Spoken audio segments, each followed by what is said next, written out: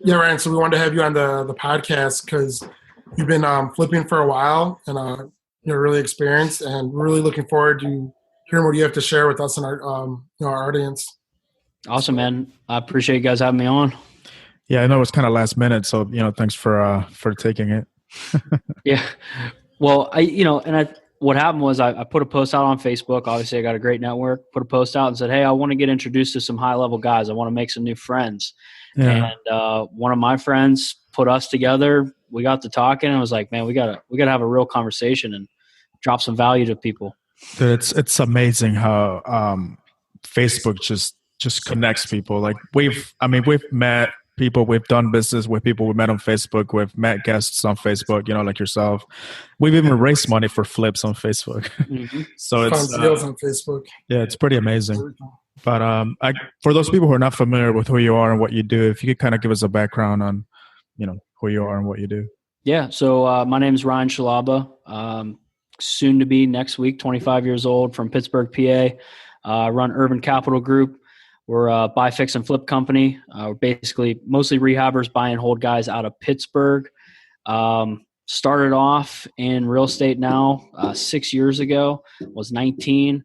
Got my real estate license while I was in college, just studying, hitting the books. I was going for managerial economics degree. So I was trying to learn I was trying to learn business. I was always interested in business. But I was learning how to run other people's businesses versus what I wanted to learn, which was how to run my own. And so I had a lot of conversations with my dad, just, hey, I'm really digging this real estate thing. There's got to be something more to just being an agent. And so we had a lot of conversations about that. And one day he sends me in the mail some tickets to a flipping seminar, and he's like, hey, let's go check this out. Let's see what it's about. End of the 3-day weekend, he maxed out credit cards, home equity line. We got sold in, and it ended up being one of the best things that ever happened to us, man. It took 6 months, hard work to get my first deal. Made $6,000 on a wholesale deal. Nice. I had zero investing experience, didn't even know what a wholesaler was, right? So it took time, took a lot of action. But we set up some systems and processes early on that in the next 45 days, I'd close another 6 deals. We had paid back our investment. We were rocking and rolling on a pretty big high horse. So I think a lot of our networks crossed over. So some people know, obviously, that I had tragedy strike in October 2013. I lost my dad in a motorcycle accident. Wow. And life changed after that. It just life froze. I'm 19. My sister, she was younger, and had to take her in, and just kind of figure out how to kind of be like a dad, a brother, a business guy. Didn't want to get a job, so bounced around on friends' couches, rub pennies together just to eat. I mean, the whole entrepreneur story, and then slowly started picking it up. Just grind, perseverance. Got really, really good at wholesaling. So that end of that first year, I had wholesaled 35 doors at that point, made decent money, got into rehabbing in 2014, almost lost my ass on the first one. On the second one, I did lose money, and then finally made a nice profit. Head into 2015, I finally met my business partner. He was building a house on the same street that I was wholesaling a house as a teardown, and just grabbed a couple beers, and we grabbed a couple beers and just hit it off. It was it's so weird, how you just come into someone's life or whatever. It's just you knew each other your whole life.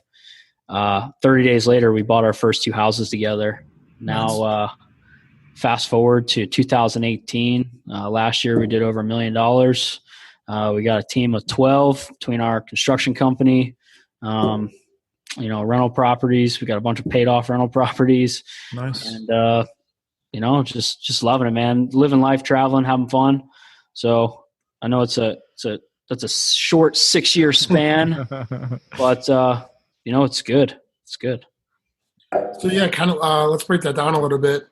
A lot of people go through programs and then they want to go out and be successful after. And it takes a while. Like it took you 6 months to do your first wholesale deal. It took us 6 months as well. You kind of want to break down your first deal and how you kind of took from what you learned from the program and like applied it, and how did your first deal go? Yeah. So, and a lot of what I do now too is think back, like what I would do differently, right? If I could go back, and I will say the first thing that what I would do differently is obviously push away the naysayers as fast as I could. All those people, your family, your friends, outside people, social media people telling you that you're crazy for going into real estate. You have no idea what you're doing. You're right. You have no idea they're right. You have no idea what you're doing, but you know where you're going. So just get there as fast as you can. I would have taken so much more action sooner. What I did was actually, because I'm like, believe it or not, kind of engineer brain / like entrepreneurial brain. Mm-hmm. So I had to like learn for 3 months, and I just like learned the market and learned like buyers, what they wanted, their criteria, where they wanted to buy, where they didn't want to buy, and why.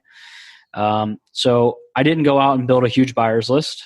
I had five to 10 guys that I knew would buy, got their grocery list, and then I went shopping. And so my whole first year, I reverse wholesaled to like 3 or 4 guys. That I would do. But my first deal, I got the lead off of a Bandit sign. I Nice. got the buyer off of a Craigslist ad, and my next 13 deals went to that same buyer. Like I sold to that same buyer. Nice. So, it was just, but that first one took 6 months, and it was not in any markets I was like studying either. So it just came from action. And that's usually where it comes down to. Yeah. Even if, one Craigslist ad that Right. made you, I don't know, 8, 9 deals. Yeah, it was crazy. Well, so like I didn't have any money, right? I didn't have a pan to pan, and for marketing, I like nothing. So I would scramble money together from my parents, like just cutting grass or shoveling driveways or something like that. Every single Sunday, me and 3 of my buddies and my old man, we would get pizza, and they were all older than me, so we'd grab a case of beer, and we would hand write 100 letters each. That was all we could afford. No, looking back now, right? It's like, oh my God, you guys are crazy. But we did it writing, man. every Sunday. It's a lot of cramp hands. Yeah, it was miserable. we got good at it. Yeah. And because we thought we were saving money. That was the funny part. But after like 3 months of that, the rest of those deals just came from direct mail, because it finally, that consistency caught up. Over time. The numbers, or the compound effect of the numbers, finally caught up, and we started doing deals. But it was consistent action. That's all it was, looking back. So with your direct mail campaigns, I know a lot of people do that. But I know a lot of people, they do it once and send it out 1 month and they give up after that, or they wait. How do you do that? Or how, at the beginning, how'd you do that? How often did you do it? How many did you send out? Then I kind of break down that process. Mm-hmm. Well, when I very first started, right, it was a total shotgun approach. I had no real experience in it. It was, you buy a list, you shoot it out, you get a deal, you maybe send it out to that list again. Then you thought it was dead. Yeah. It was like, we weren't tracking calls. We weren't taking people off the list. Like, we weren't doing anything. We would just go and buy a new list in a different area. Now it's entirely different. We were mailing every week. That was the only good thing that we did do. Now it's completely different. It's you pound the list until it dies. We'll buy one large set of data, say 40,000 names. We'll break that up.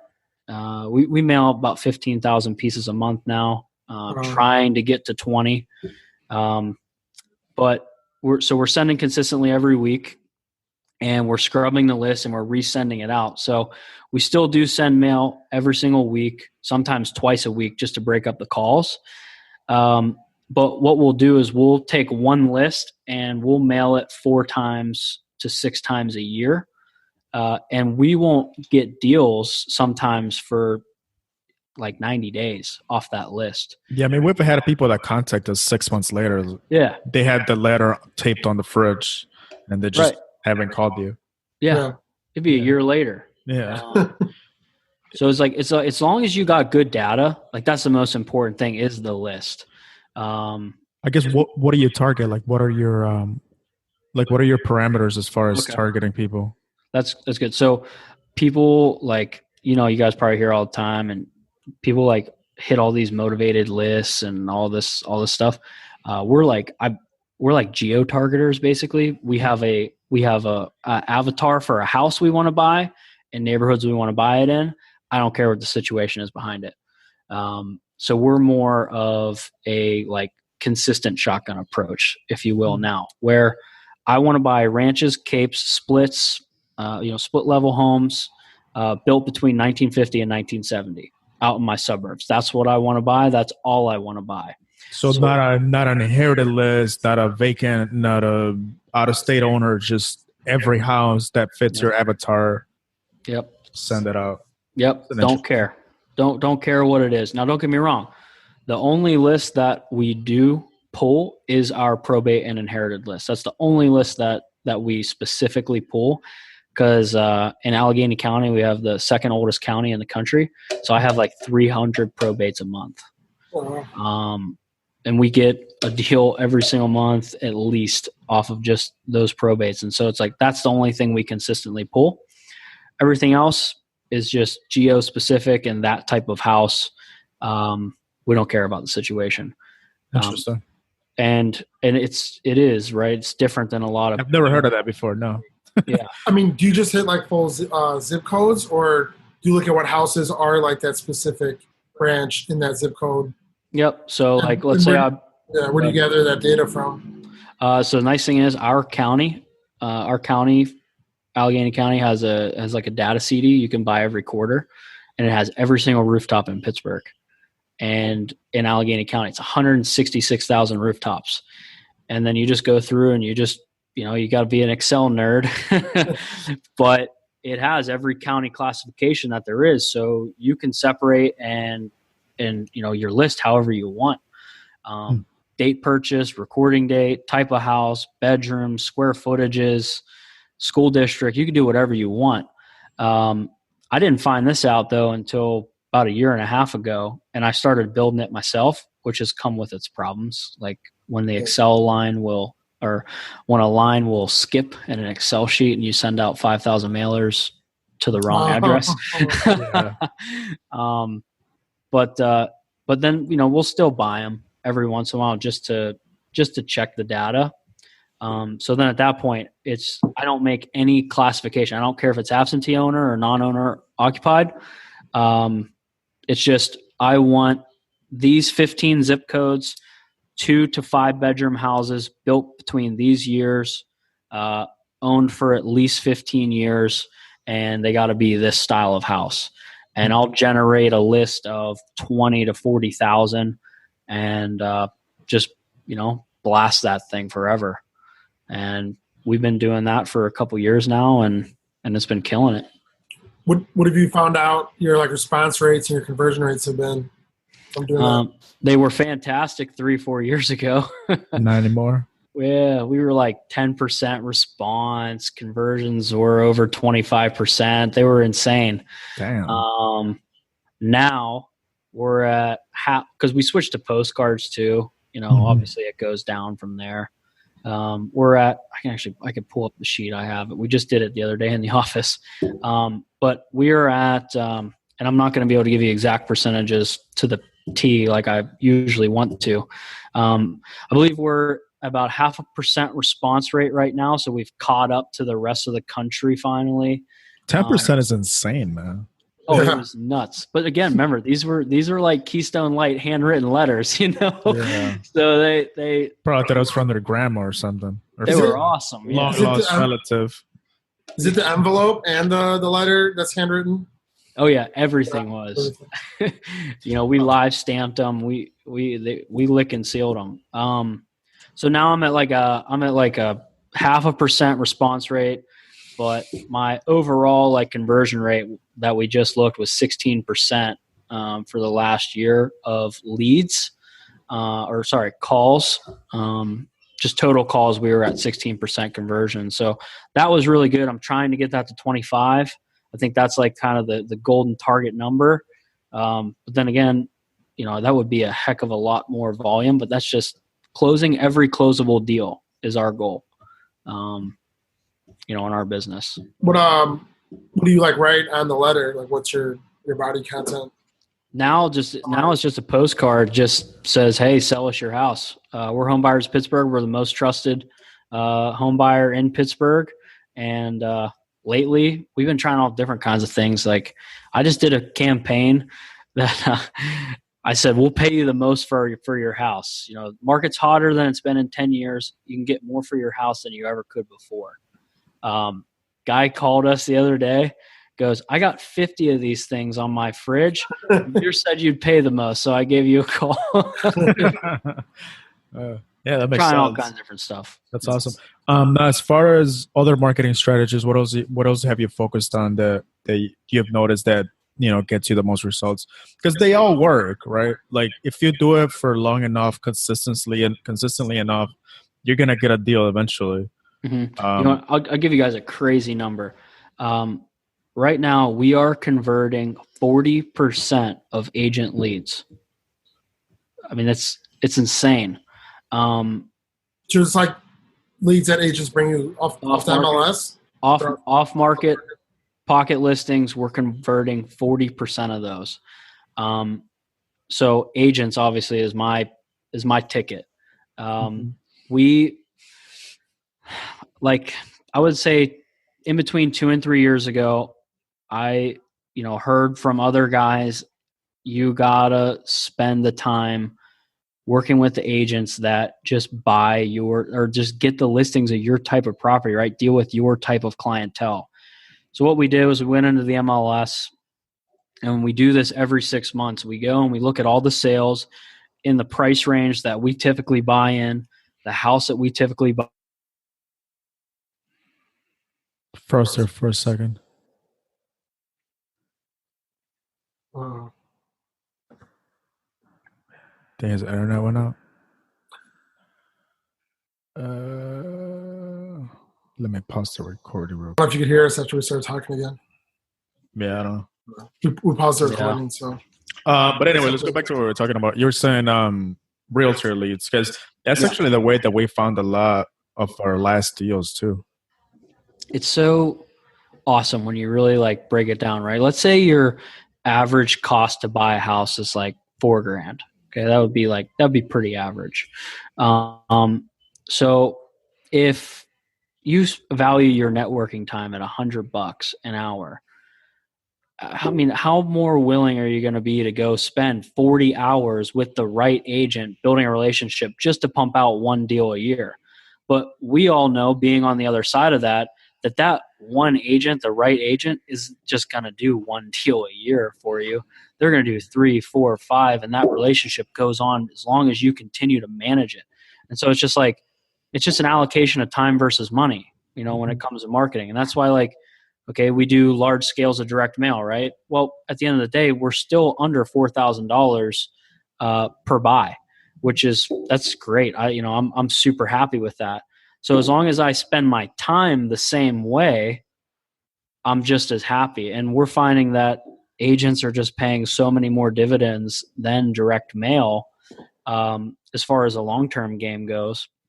And so what we're doing is, and I don't know if this got caught off, so I guess I'll just repeat it.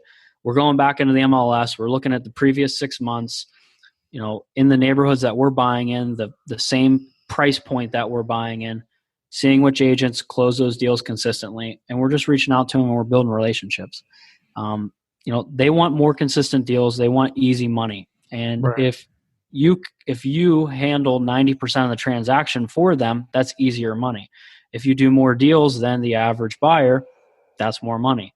And so that's all we pitch, and really just asking them, hey, how can we provide you value? And 9 times out of 10, it has nothing to do with deals, right? It's, I need a property manager. I need a contractor for this, or, do you have any hard money lenders for my clients? Just resources that doesn't doesn't matter really to you to give out, brings them so much value. And so we're just building these small little teams of agents. Yeah, that's what we've noticed too. We haven't done the search to MLS, to find for brokers. Most of ours have came off of Facebook, actually. That's awesome. Because we post like, oh, we're doing the deal here, or we're looking at a property in a certain neighborhood, and brokers see it and they're like, oh, I got another property in the neighborhood. I know a property in that area. Oh, and then they just text them to you, or they message you on Facebook. And I'm actually going to try out the thing of finding them on the MLS though. Yeah, you could catch a lot more for sure. Well, it's like targeted, right? I mean, it's just like, okay, because I mean, we can go, like, if we go into the back end of our MLS, there's like 8,000 agents, and it's like, okay, who's doing business and who's not, and that's all we're trying to do is weed that out. Because there's definitely a difference between like having to train an agent as to why you buy the way that you do versus just how you buy. And it's nice to get the why out of the way if they're already doing deals. Yeah, definitely. How many agents would you say you work with now that like consistently bring you deals? Just 5 or 6, man. It's not like we're working with 30, 40, 50 agents, it's just, and this has just been time.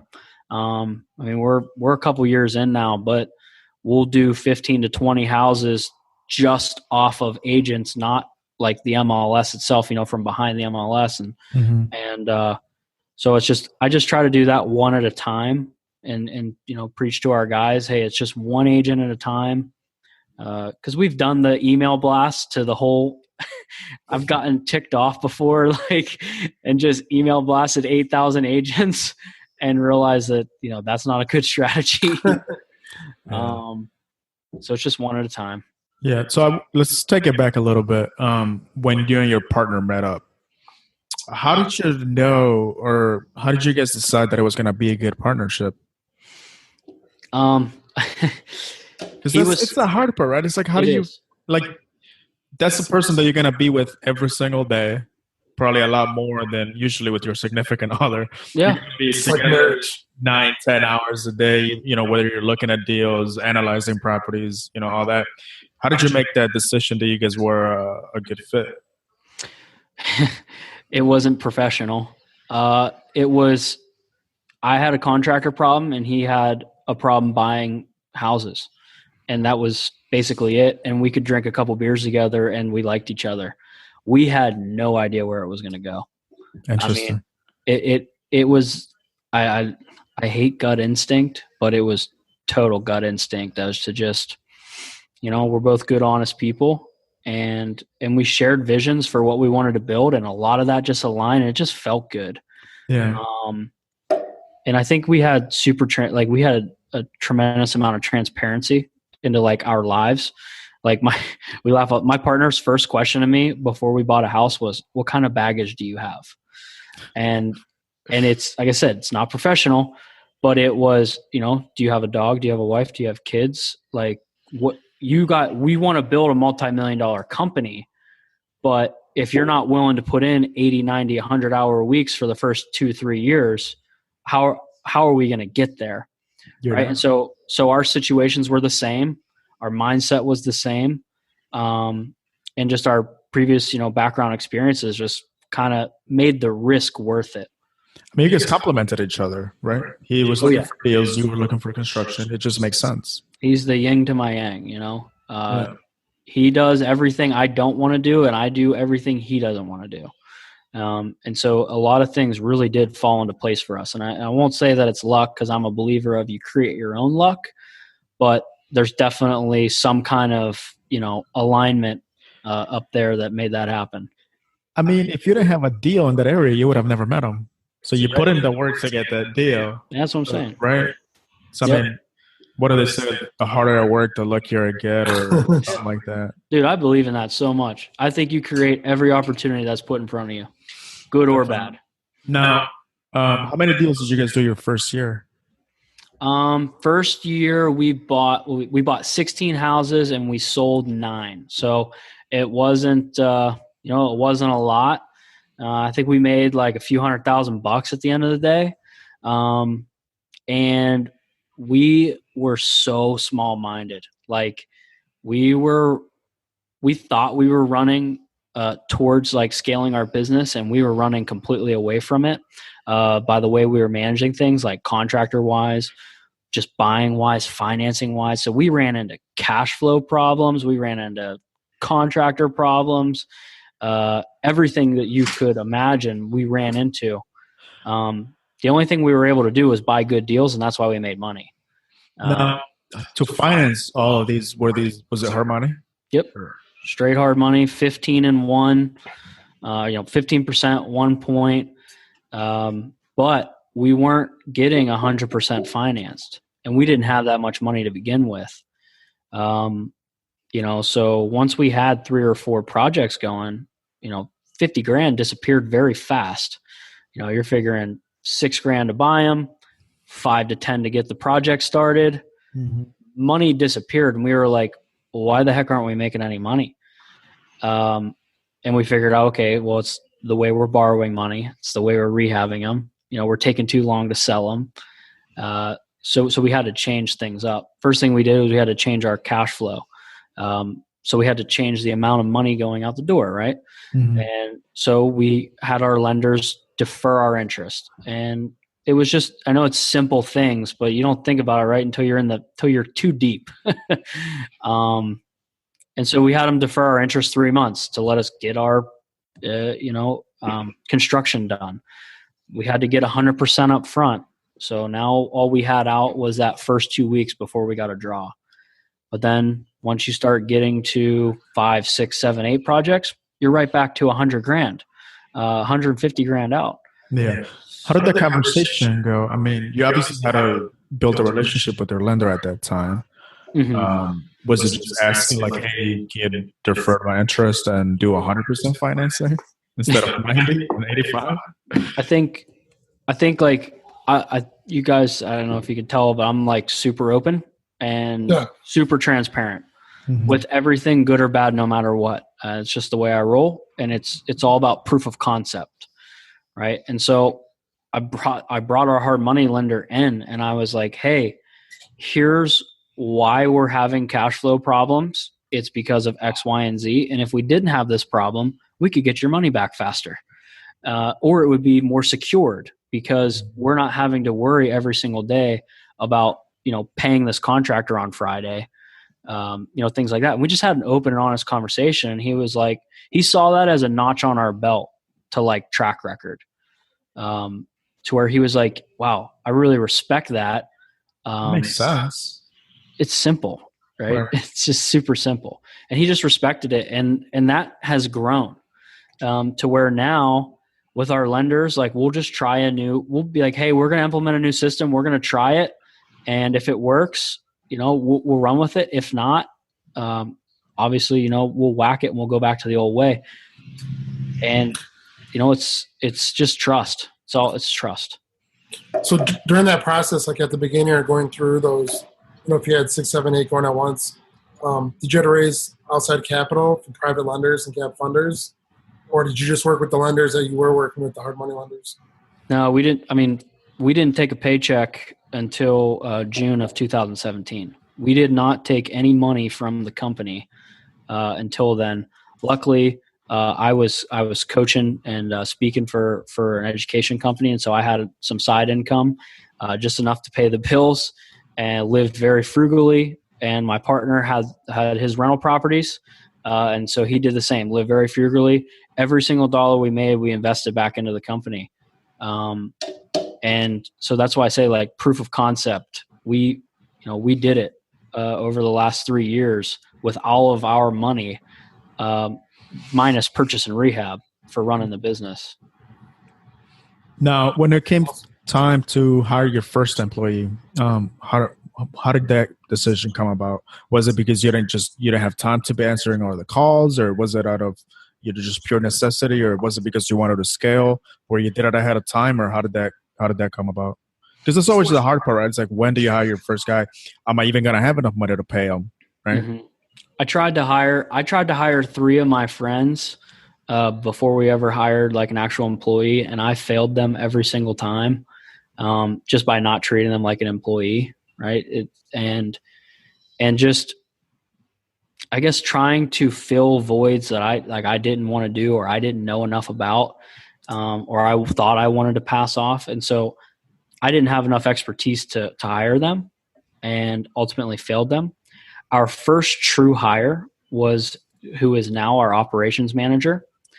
And it was out of sheer necessity. I mean, at this point, we were running 10 projects at a time, a couple $1 million in construction and all that marketing and everything. And I had set up front ends where like I had an answering service, I had a VA, my CRM. So like I was pretty set as far as acquisitions go, but being on the road, handling acquisitions, and like helping my partner out on the other side, it just got so tough because I was the one doing the books and stuff, all the admin, to where finally what happened was we went to an event and these guys called us crazy in so many words. And we're like, you guys don't realize how much money you're costing yourselves by not paying somebody $40,000 a year to do all this crap. And we were like, well, we don't know how.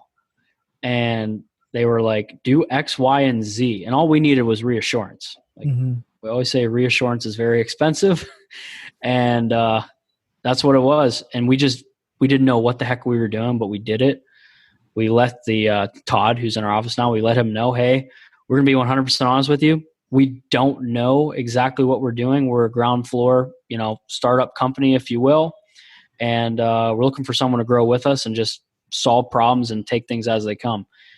He had a ton of experience, great personality, and he wanted way more money than we were looking to spend. But, just like anything, we just said, is this going to be a good long-term decision? If we invest this, like what's our risk, right? You look at 6 months, we were like, okay, our risk is like, I don't know, 12, 15 grand. It's worth it. And so we just hired him and we figured it out. And now it's like, holy crap, I can't believe it took so long to do that. I mean, a lot of the tasks, like as an investor, you shouldn't be doing them, right? Like, I feel like from our perspective, it's like everything that we should be doing is raising money and finding deals. Everything else, either a project manager or an admin person can do. Like, there's no reason for you to be doing Excel sheets and doing, all these things that are like $15 or $10 an hour jobs. It just doesn't make any sense. I completely agree now. Right. Yeah. Back then though, like I've learned, and that's, I think, something really important for people listening is that like all entrepreneurs, like there are intangibles, okay, with entrepreneurs. And I think you guys probably have your intangibles, but most of this shit can be learned. Yeah. Like I didn't have entrepreneurial skill sets when I came out of college. I just learned it over being in business for 6 years. It's the time value of skill, right? And I think that when you're like going to grow teams, it's just how do you get to, like you said, the highest level in your business? And it's what do you really want to be doing? Because I personally believe that the real estate flipping business is unsellable, believe it or not. As scalable as I think it is, and this is a limiting belief I have, I believe that it is unsellable. And I think that it's proof that it's only franchisable. And so you have to realize that you're still going to be doing something in your business. What do you want to do? Right. Right. And you navigate yourself there. Because you got to do what you're good at. Like I feel like a lot of people spend time and trying to get better at things they're not good at, when they should actually be focusing on their strengths, because that's what's going to pay you the most money. Like if you're good at finding deals, negotiating, talking to sellers, that's all you should be doing. You shouldn't be over here managing construction where you don't know how to manage people. You know what I mean? It's like, it's just, to me that makes sense. But to go back to building a team, you said you guys have a team of 12 people now, right? Most of those are on the construction side. So we have 5 in our office, 7 construction guys. They're out there just crushing houses. We're consistently trying to build that side of our business. We got tired of complaining about contractors and their systems and processes for running a business. And we said, okay, we're going to cut out the middleman and we're going to run with our processes. Mm-hmm. And also too, what happened it sucks out there for a residential contractor who works with investors. Like, being on that side of the fence with my partner, I get it. As investors, we can afford like $3,000 a week in labor. And so like when you look at a 3 or 4 man team and that's $75 an hour, like how much is that GC going to actually make at the end of the day when he subtracts out his employee costs? Like, where does it make sense for a residential contractor to work for an investor on that budget? And the answer is it doesn't. It never does. And so like we fail each other by doing that. And so we said, okay, we're going to build out teams of $75 an hour. And so we'll have 3 to 4 man teams of 25. Right now we have 2 full teams, and we have 1 team where all guys make $25 an hour. You get high level, highly skilled problem solvers. Now after 2 months with their newer team, we don't have to, we just tell them where to go, hand them a scope and a selection sheet and they go, versus trying to consistently manage a GC. So I know I'm coming from a different side of the coin here, as far as like an investor, as far as most investors go for controlling construction, but that's the route we're going. $75 an hour, and we want to get to 4 teams, and that can run 4 projects consistently, and then we'll use GCs on other larger projects.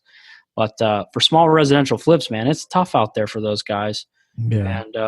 And so we wanted to solve that problem, and that's why our construction side's larger than our in-house. So in-house, it's me, my partner, acquisitions guy, operations guy, and a project manager, and then 7 construction employees. So 12-man team. Go ahead. Bro. Yeah, there's like a lot of I've heard investors trying to do that, and some are successful, but a lot aren't. Can you explain that process? Like, where do you find the guys? What guys are you looking for? How do you hire them? How do you train them? How do you make that, like, finding those guys like fresh and then getting them to work in your systems where you can trust them and they're doing all the work and they're successful for you? Yeah. Well, I think so. The hardest part about hiring contractors is we're looking for 3 things. We're looking for high quality, cheap, and fast.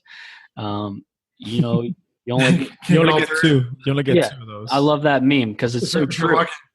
Right? You only get 2 and you get 1.5 really at the end of the day. But what happens is when you start hiring $25 an hour guys, you're getting a totally different guy than your GC who has 3 $12 to $15 an hour guys. You follow me? Yeah. So you are hiring problem solvers, highly skilled problem solvers at this point. And so there's much less management involved. You introduce them to your critical path construction. So how in the order of which you want things done and what materials you want used. Now the rest is on them. They solve problems and they use their hands, their skills to run that construction. I know it sounds easier than it really is, but I promise you, it's much different than hiring $12 to $15 an hour guys, where you have to train them how to solve problems, how to actually do the skilled labor and your system and process. You know what I'm saying? So it's a lot easier when you up the pay. So are you hiring guys that are good at multiple trades, or are you just hiring a guy that's good at carpentry, electrician, plumber, HVAC? Yep. So we still have subs. Okay. We still have subs, 15 to 20 subs going at any given time. Don't get me wrong. So your in-house crew looks like a highly skilled carpenter / lead guy. Okay. And then you're going to have his like general laborer, the guy that can paint, plaster, do trim, not as highly skilled as the guy who's going to do your finish work, but helps him out. And then your third guy, you just want him good at like light electrical, light plumbing. Nothing you have to pull permits for. Just the light electrical, light plumbing stuff like swapping out outlets, kitchen sinks, shower faucets, things like that. And that can be your little 3-man team that on your $35,000 flips, your little cosmetics. Now you got to bring in your HVAC guy or your window guy, but your in-house is controlled. Your meat is controlled by your system, your process, and your materials. Interesting.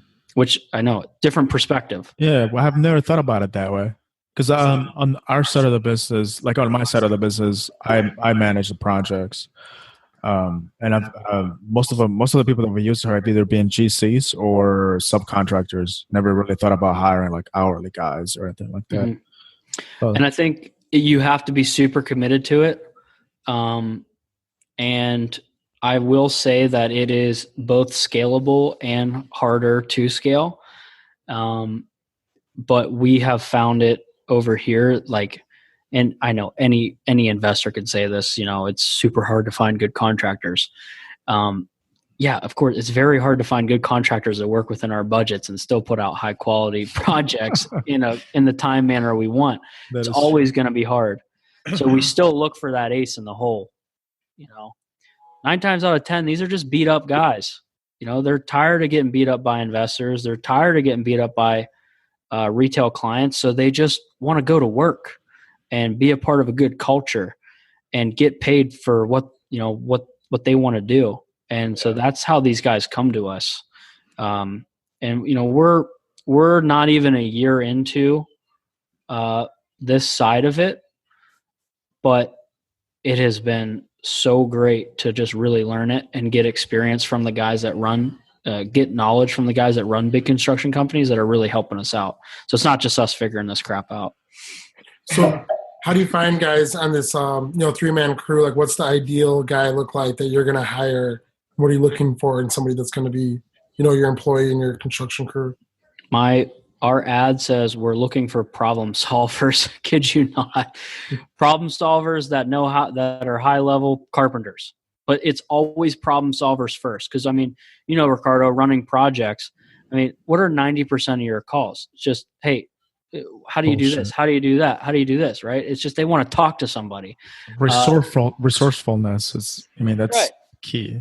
Yeah. So it's like, I just want a problem solver, a guy that is going to funnel 90% of the problems through himself, figure them out. Send me the 10 that really, really matter, or send my partner the 10 that matter.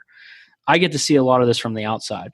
And so, we're looking for highly skilled guys. Biggest thing too, we want professional, respectful, honest, loyal guys, just good people, like anybody else, obviously, but we're really big on just like culture, and accountability and ownership, just all of those keywords, those buzzwords, whatever that people like to use, but we're super big on that on the construction side. Just accountability and ownership are big for us. So, we'll ask them questions like, hey, in this situation, what would you do?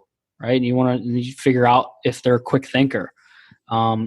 Hey, do you plan your nights, or do you plan your weeks on Sunday nights or Monday mornings, or do you plan at all? Right. Jump into their head. You want that entrepreneurial minded contractor who's thinking about work on a Saturday or a Sunday. Like, man, I need to get these materials ordered up, or I'm going to run into this. Not the guys that run up on their problems as they hit them. Right. They get there on Monday morning and then they figure out what they need to do. Right.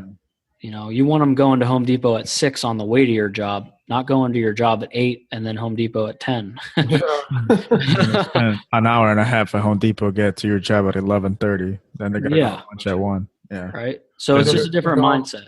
Jumping into the mindset.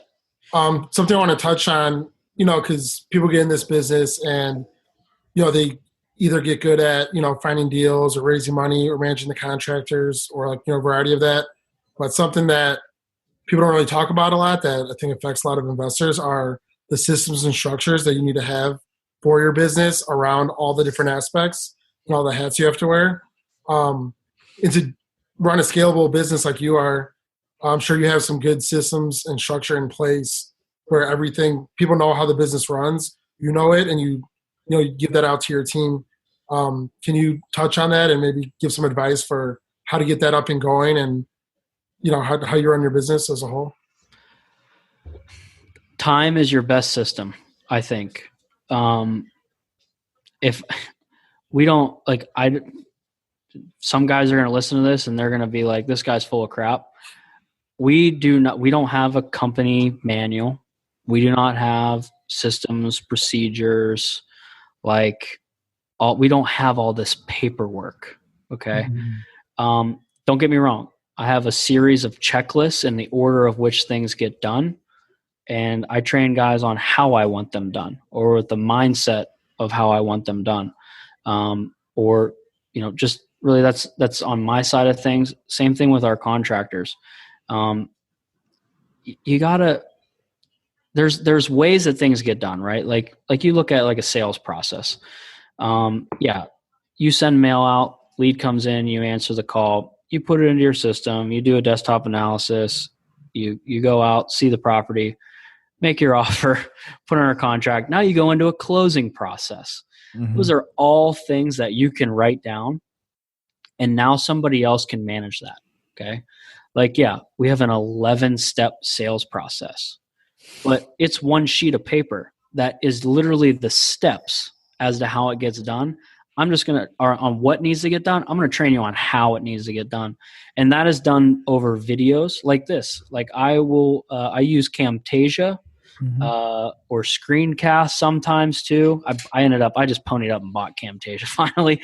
And I just record videos like, hey, this is how this is how I do it. This is how I want it done. And you suck at it at first, but you get better. I recorded hours and hours of seller phone calls and finally got good to the point where I could write down how I want, people to talk to sellers on the phone, what I want them to say, a lead sheet. And so I think that time is your best system, and you just document. People think they need to create all of these systems and spend all this time building systems. The beautiful part is when you get people in your organization, systems start to create themselves, because you're just like, hey, write down what you did and why you did it. And now all of a sudden you have a system for that. It's amazing. But at first, I would just come home from the office, or it used to just be my bedroom, and I would just write down what I did that day. And I'd start time logging during the day, every 15 minutes. Hey, what'd you do? What'd you do? What'd you do? And I'd figure out then what was important to actually expand on and what wasn't. And that was how things started getting created. But now the people are the systems. Would we be screwed right now if a couple people left our office? Yep, absolutely. But we're working on that. We implemented the mindset of, hey guys, if hard conversation to have, but if you got in a plane crash tomorrow or a car crash tomorrow, we still have a business to run. And so now the guys are going to start, and I say going to because this was a conversation literally a week ago. Mm-hmm. Hey, I need you guys to start doing the same thing I did. Write down your time blocks, record what you're doing on Camtasia, create training so that in the event that something bad was to happen, the unfortunate, unlikely event, we could still run our business and not be down for 6 months or something like that. And they get that. They respect it. So time. Yes. Well, something I saw that like a video on KPIs. That's kind of something I was interested trying to maybe go into that. You guys are pulling all the high level stuff out. This is fun. No, I'm having a lot of fun. KPIs, I think that, like everything. So KPIs, you're going to track everything before you figure out what really needs to be tracked. Like when we first started tracking stuff, we would track everything. For those who don't know what KPIs are. Oh yeah. Key performance indicator. Sorry. We get used to saying all these acronyms and it's like, people are, what the fuck? What are you saying? Key performance indicator. So like for instance, response rate doesn't freaking matter. Okay, acquisition, you're going to track, you're going to track your response rate, your lead, you're going to track leads, response, leads, appointments, contracts, closings. But your main KPI that comes from all of that is conversion. That's it. How many leads you bring in the door? How many you're closing? at the end of the day, response rate doesn't matter because it's a what do you want to say? It's a tainted metric because response is take me off your list. I don't want to sell retail. There's only one section of that you really care about, and that's leads. So that's when you really start tracking, right? Am I closing every closable deal that I can? So many people get hung up on responses. I'll be honest with you guys. Last week we got 12 calls. We got 2 contracts off 12 calls. So it's like it didn't matter. I mean, we dropped 5,000 pieces. That's at 16% you're talking about. Yeah. We dropped 5,000 pieces and got 12 calls. If I cared about response rate, now I track it, don't get me wrong. But like if I was like hung up on it, I'd be losing my mind. But it's like, dude, we went on 4 appointments and closed 2 deals. Like, who cares about response rate? Yeah, I mean, just for example, we sent the direct mail campaign. We got how many responses? Maybe like we sent out about 1,000. We might have gotten maybe 70, if that. I can't remember, but we ended up buying just one house. Yeah, so it makes the whole thing worth it. That's $100,000 profit. Yeah, exactly. So then take it one step further, and you'll get a lot more excited about your actual metrics, right? When you look at all those calls and you figure out you only had 25 leads, and now you got a 25% conversion, and now you're like, okay, that's scalable, right? Where response is kind of less scalable because you get caught up in like monotony. What do you think has attributed to having such a high conversion rate for you guys? Like, is it just the way you're negotiating? Is it the way you're kind of just being open with the seller? Or like, what do you think has attributed to actually converting that from a lead to an actual deal? I'm gonna giving a shit about people, like really caring. I had the privilege of training under some really amazing people, learn how to speak on stage. Mm-hmm. And I've got to read a lot of books on like building rapport. Like for instance, a book called The Like Switch by Jack Schaefer. I don't know if you guys have read it. No, I'm gonna write it down. So he's an FBI guy. He used to flip spies. This book goes into like how you can get people to like you within the first 30 seconds of meeting them, which is 90% nonverbal, right? Mm. And think about most of the people we meet, it's over the phone for the first time. And so how do you convey nonverbal things whenever whenever you're talking over the phone? Well, you have to do all of those same things as if you were meeting them in person. And, it's just building massive rapport on the phone, I think.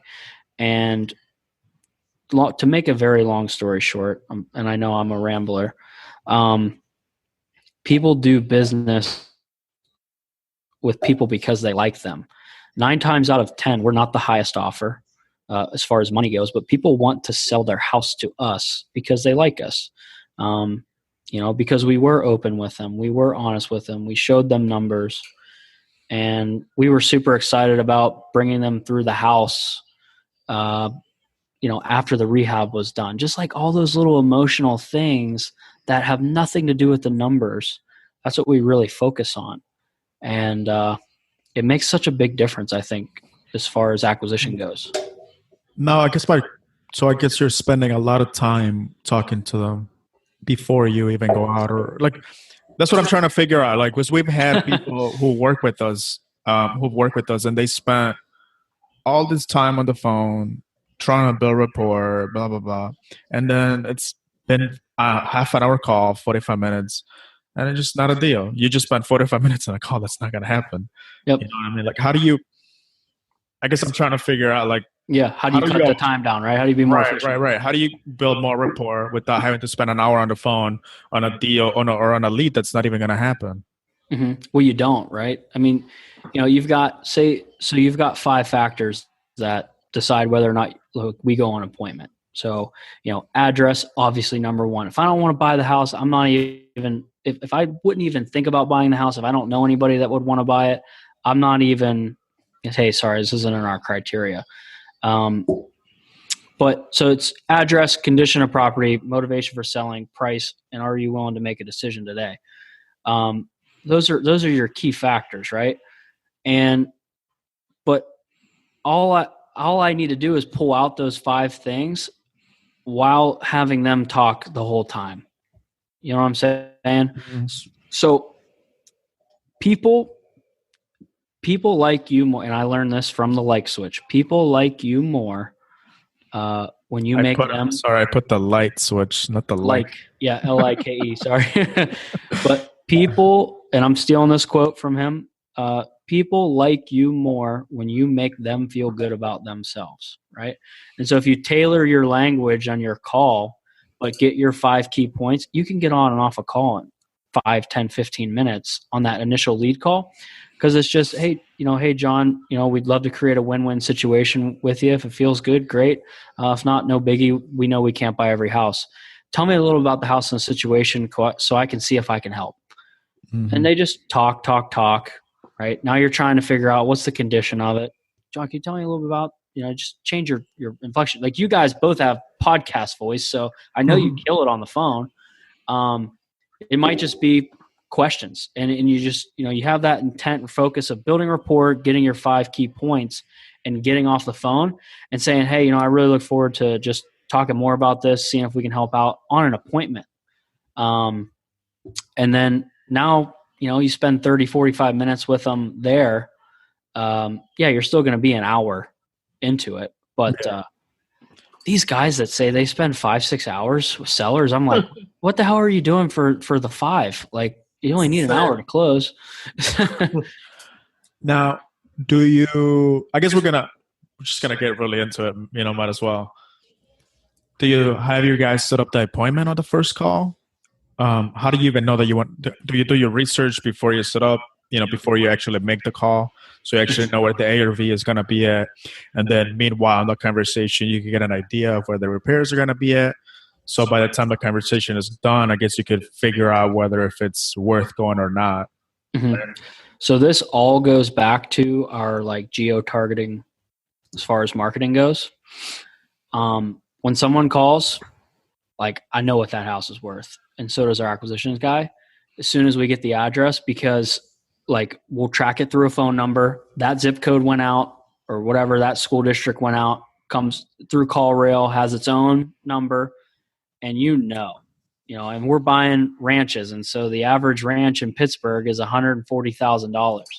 So if a seller's asking 100 or less, I'm going on that appointment, no matter what they say on the phone. It just makes things simpler than trying to buy every deal. It's the whole deep, depth over width, right?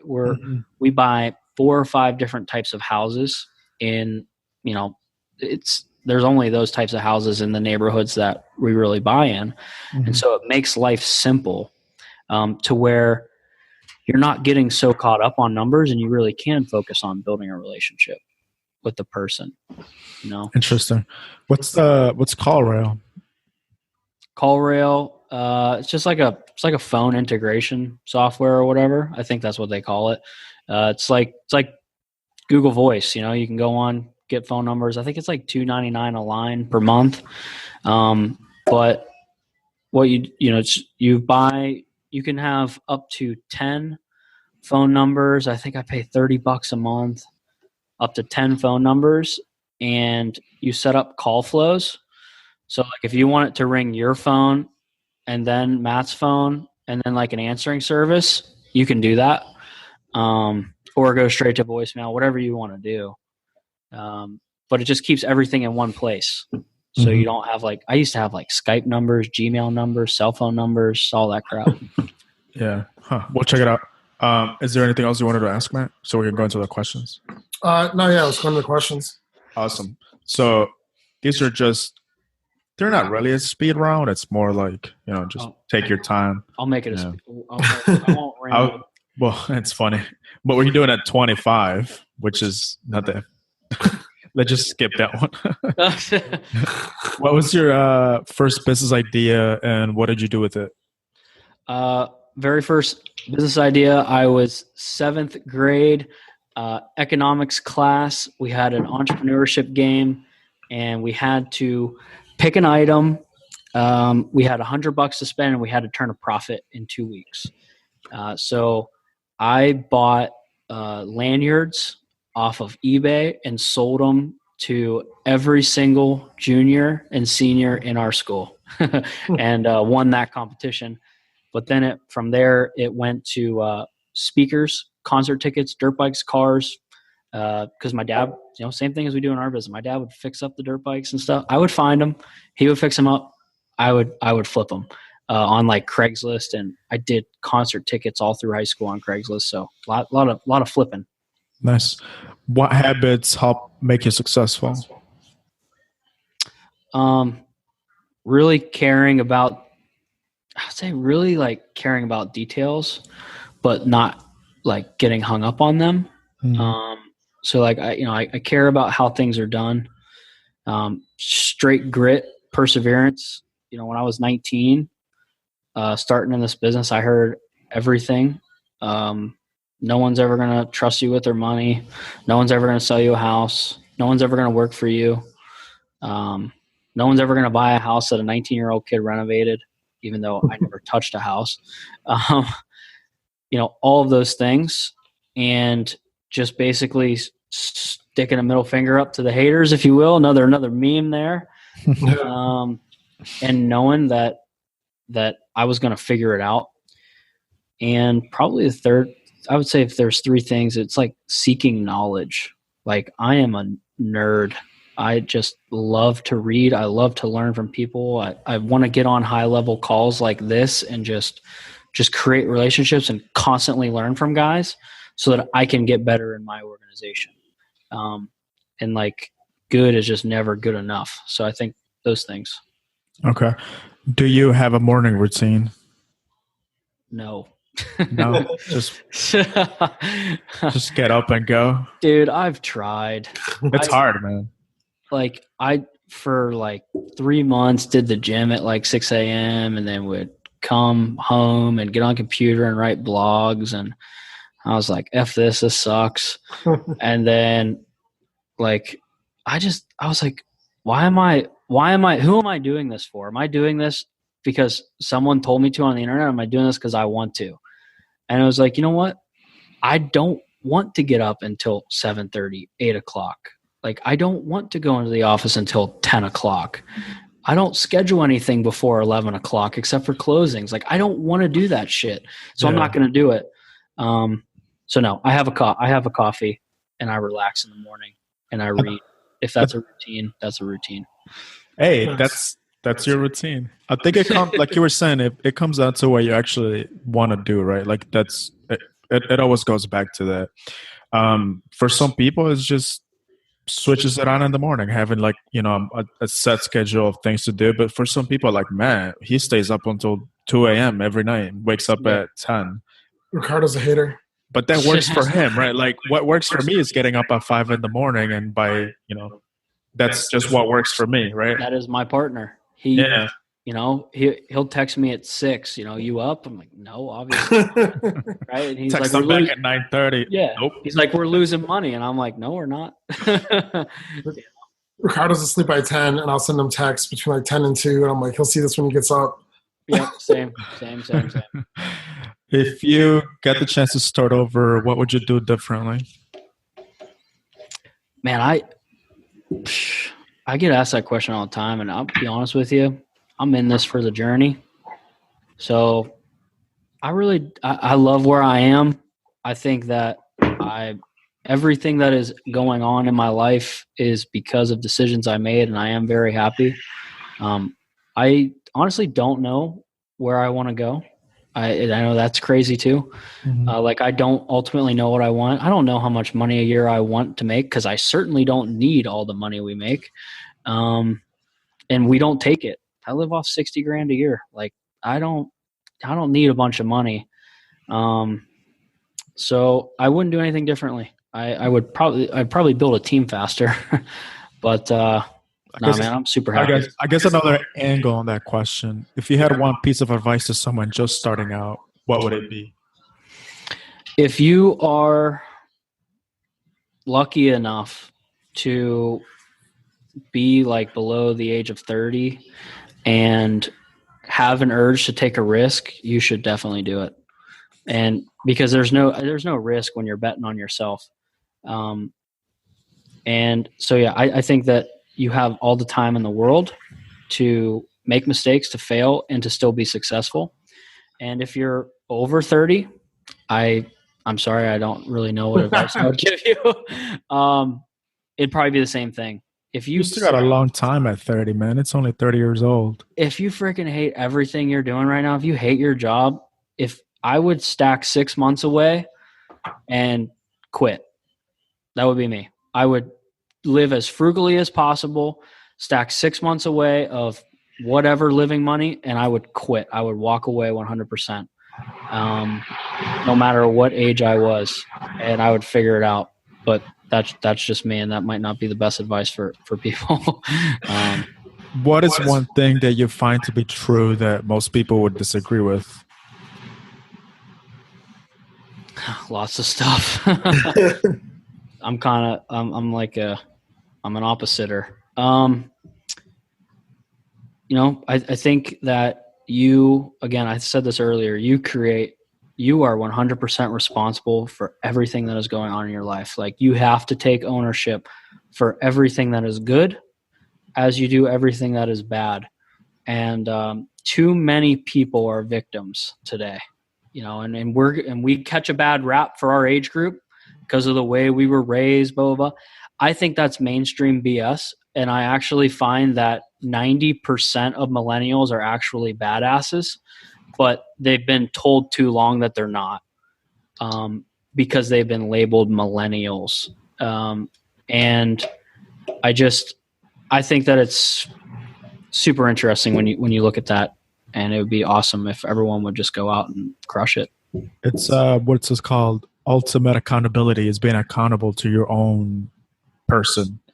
Yeah. Right? Like, you got to look in the mirror and know everything you did and why. Yeah. Do you have a favorite failure? Is there one that set you up for a future success? I wouldn't.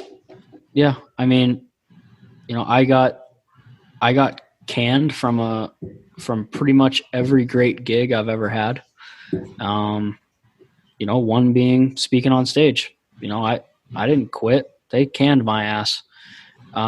What I learned, though, over that year and a half of speaking, teaching, training, was skills and traits that are going to carry me for the rest of my life. And so I'm forever grateful for that quote unquote failure of getting let go. Why do you do what you do, and what gets you through the tough times? I mean, so obviously, my dad, he invested every last dollar he had into me and my vision. And so I have to fulfill that. I know that in my heart, I have to fulfill just whatever my burning desire is. Beyond that, I really don't have great big whys. As far as legacy and stuff goes, man, I just love freedom. Me and my buddies always joke, I'm a freedom loving American, and I love the freedom of being able to get up, when I want, do what I want, not have to worry about money. And, the more and more I think about it and deeper I get into this journey, I think that those are becoming my whys. That's the ultimate legacy, man. Right? Freedom. Definitely. Awesome. Well, that's pretty much it for the question. And just want to thank you again for being on the podcast. Really appreciate you giving us your time. Where can people find you? Man. Find me on Facebook. That's the easiest place. Facebook.com/theurbaninvestor. Obviously, we talked a little bit before the show. I am helping out a really good friend of mine, Don Costa, on Flip Talk Podcast. We release a bunch of episodes over there, and we have a Facebook group, Flip Talk Podcast. And, I'd love to be able to, just to help out everyone I can by, again, like I said, coming on, being a great guest. I appreciate it, and had a lot of fun. Awesome. Thanks, man. Yeah, man. Thanks a a lot. Guys.